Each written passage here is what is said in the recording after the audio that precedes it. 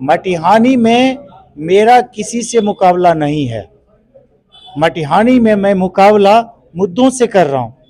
मैं मटिहानी का हो चुका हूं, आखिरी दम तक रहूंगा।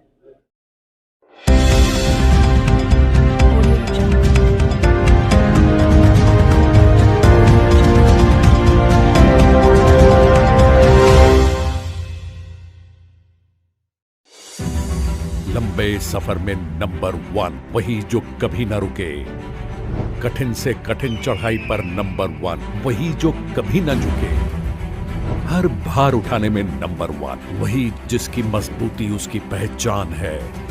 हर सपना साकार करने में नंबर 1 वही जिस पर भरोसा करता पूरा जहान है। और पूरे देश ने जिसको आजमाया, हर रोड पर नंबर 1 का नाम जिसने कमाया, वो है बजाज मैक्सिमा सी। नए भारत का नया नंबर 1 कार्गो 3 व्हीलर। 25,000 रुपए की डाउन पेमेंट में इलेक्ट्रिक 3 व्हीलर उपलब्ध है। 31 दिसंबर तक विशेष ऑफर। कोई भी पुराना ई रिक्शा या टेम्पो लाइए और नया बजाज इलेक्ट्रिक गाड़ी बिना अतिरिक्त भुगतान के ले जाइए। हमारा पता है हंस बजाज, दीवाना चौक, नवीन डेयरी के पास, तिलरट स्टेशन के नजदीक, बरौनी, बेगूसराय। नमस्कार, मैं हूं संजीत श्रीवास्तव और आप देख रहे हैं नेशनल पॉजिटिव न्यूज़। जैसा कि आपको पता है कि वर्ष 2024 अब जाने वाला है, 2025 अब आने को है।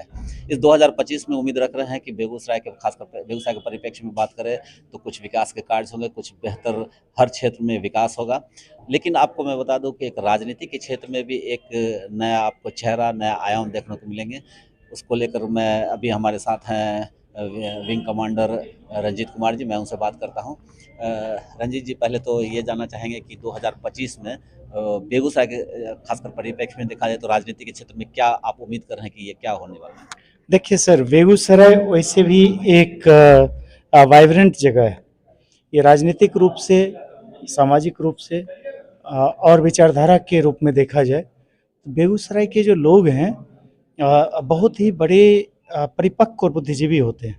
और यही वजह है कि यहाँ पर देश से इतर, बिहार से इतर दशकों से देखेंगे तो ऐसी विचारधारा जो खास करके लेफ्ट विचारधारा भी यहाँ रही, वो इसलिए नहीं कि यहाँ के लोग विचार मंथन में बिलीव रखते हैं। मतलब ये हम लोगों का सोच है और ये धरोहर है हमारी। 2025 अब इस आधुनिक लोकतंत्र में हम एक ऐसे मोड़ पे आके खड़े हो गए हैं जहां द्वंद्व की स्थिति है। और द्वंद्व इसलिए है कि अब राजनीतिक पार्टियां दो धाराओं में बढ़ चुकी हैं। एक धारा है जो जातिगत ध्रुवीकरण पे विश्वास करती है, दूसरी धारा है जो सांप्रदायिक ध्रुवीकरण में विश्वास करता है। अब जनता के पास ऑप्शन चाहिए, दोनों धाराओं से इतर चाहिए। हमारे आपके जैसे वाइब्रेंट लोगों को ऐसी सोच एक्सेप्टेबल नहीं है कि हम इस विचारधारा के साथ जाएं कि उस विचारधारा के साथ जाएं। तो अब है यहाँ पे मैं एक नई विचारधारा जनसुराज पार्टी के साथ जुड़ करके बेगूसराय में और बिहार में व्यवस्था परिवर्तन के लिए प्रयासरत हूँ। हमारी कोशिश है कि हम अपना तन मन धन झोंक दें और लोगों में ये भावना पहुँचाएं और ये विचार दें। ये तीसरा ऑप्शन आपके पास है जो आपके बच्चों की शिक्षा के लिए, पलायन रोकने के लिए, महिलाओं की जो आधी आबादी है उसके विकास के लिए, किसानों को कीमती बनाने के लिए प्रयासरत है, वृद्धों के लिए जो 2,000 रुपया मासिक पेंशन की बात कर रहा है।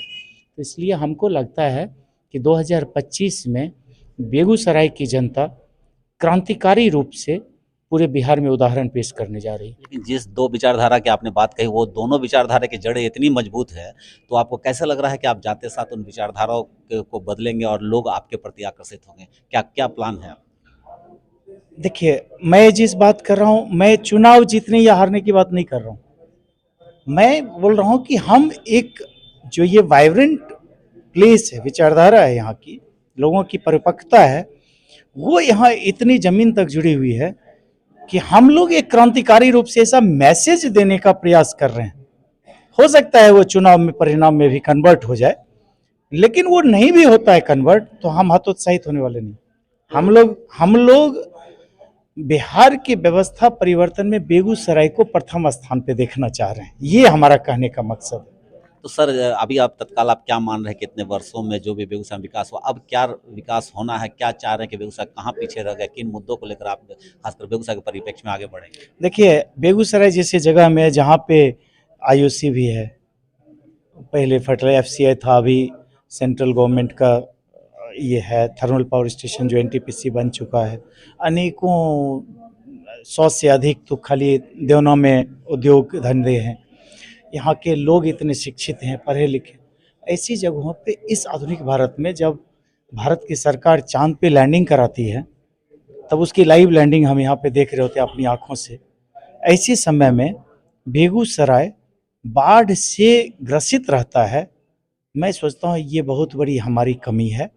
हमारे बेगूसराय के खास करके मटिहानी के क्षेत्र को बाढ़ से अस्थायी रूप से उसका निदान बहुत ही अनिवार्य कदम है, जो हमें करना ही पड़ेगा, और इसके अनेकों तरीके हैं जो हमें इम्प्लीमेंट करना पड़ेगा। उसके लिए विशेषज्ञों की टीम बुलानी पड़ेगी, बिना उसके नहीं हो सकता है। और जो हमें समझ में आती है, गंगा के बेड को साफ करना, बांध की दूरी को गंगा से नज़दीक ले जाना, पर्यटन का बढ़ावा देना, खेल कूद का बढ़ावा देना, ये एक अलग पहलू है बेगूसराय के लिए। इतना सोचिए, खेल कूद के माध्यम से पूरे बेगूसराय में अनेकों गांव, देखिए वॉलीबॉल के माध्यम से, क्रिकेट के माध्यम से, अन्य खेलों के माध्यम से, अभी कबड्डी के माध्यम से, रेसलिंग के माध्यम से इतनी ज़्यादा प्लेयर हैं जिन्होंने अपने स्तर पे तो नौकरियां पाई, अपने राज्य का भी नाम कर रहे हैं, देश का भी नाम। लेकिन अभी यहाँ बहुत कुछ करने की आवश्यकता है। यहाँ पे इंडोर स्टेडियम, आउटडोर स्टेडियम, यहाँ 7 विधानसभा में होना चाहिए। इतनी ज़्यादा प्रतिभा है। इन सारी चीज़ों को लेकर के हम लोग विचार कर रहे हैं, हम लोग बैठ करके इस पे बातें कर रहे हैं। अभी ये सपना देख रहे हैं, सपना जब देखेंगे ज़मीनी स्तर पे खाका बनाएंगे, तब वो मूर्त रूप में होगा, ये होके रहेगा। तो मटिहानी में खासकर आपका फोकस है, तो मटिहानी में जिस तरीका का दंगल है, किनके बीच होगा, कौन कौन लोग हो गए, ये तो आप भी जान रहे हैं बड़ी भली बात से।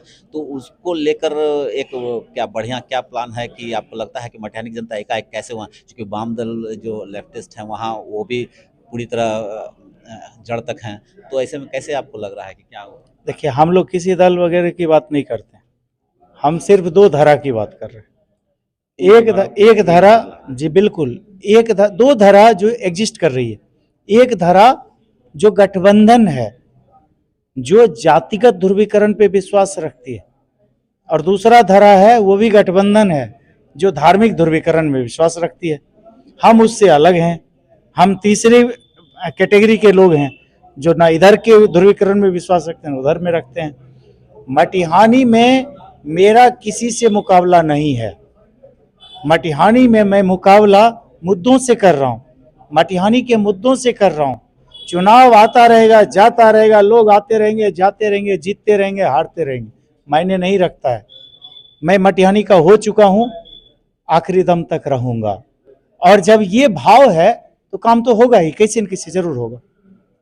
तो अब आने वाले सालों में आप शहरवासी के लिए, जिलेवासी के लिए, खासकर मटिहानी विधानसभा क्षेत्र के लिए क्या कहना चाहिए? कुछ नहीं, नए साल के लिए हम सभी लोगों को ढेर सारी शुभकामनाएं देना चाहेंगे। नया साल सभी के लिए शुभ हो।